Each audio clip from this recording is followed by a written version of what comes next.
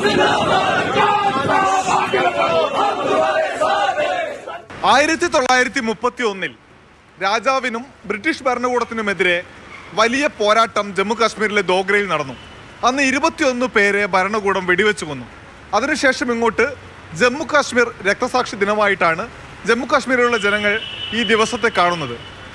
ഏറ്റവും ഒടുവിൽ ഈ വർഷവും രക്തസാക്ഷി ദിനത്തിൽ നേരത്തെ വെടിയേറ്റ് കൊല്ലപ്പെട്ട ആളുകളുടെ ശവകുടീരത്തിൽ പോയി ആദരാഞ്ജലികൾ അർപ്പിക്കാൻ പ്രധാനപ്പെട്ട രാഷ്ട്രീയ പാർട്ടി നേതാക്കളും മുഖ്യമന്ത്രിയും എല്ലാം തീരുമാനിച്ചു. രാഷ്ട്രീയ പാർട്ടി നേതാക്കളെ എല്ലാം വീട്ടുതടങ്കലിലാക്കി, മുഖ്യമന്ത്രിയെയും വീട്ടുതടങ്കലിലാക്കി എന്ന ആക്ഷേപമുയർന്നു. എന്നാൽ അതിനെയെല്ലാം മറികടന്ന് ഒരു മുഖ്യമന്ത്രി മതില് ചാടി ശവകുടീരത്തിലേക്ക് പോകുന്നതിൻ്റെ കാഴ്ചയാണ് ഈ കാണുന്നത്.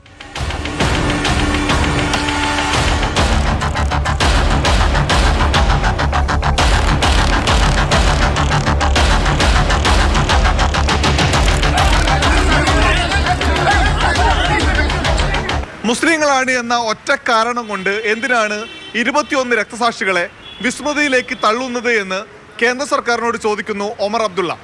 തിരഞ്ഞെടുക്കപ്പെടാത്ത സർക്കാർ എന്നാണ് കേന്ദ്ര സർക്കാരിനെ ഒമർ അബ്ദുള്ള വിശേഷിപ്പിച്ചത്.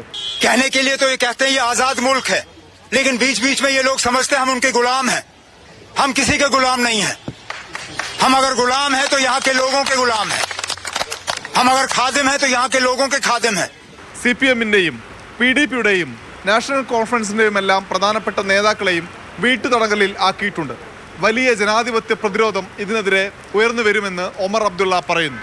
इन लोगों को शायद गलतफहमी है कि यहाँ सिर्फ 13 जुलाई को ही ये कब्रें हैं.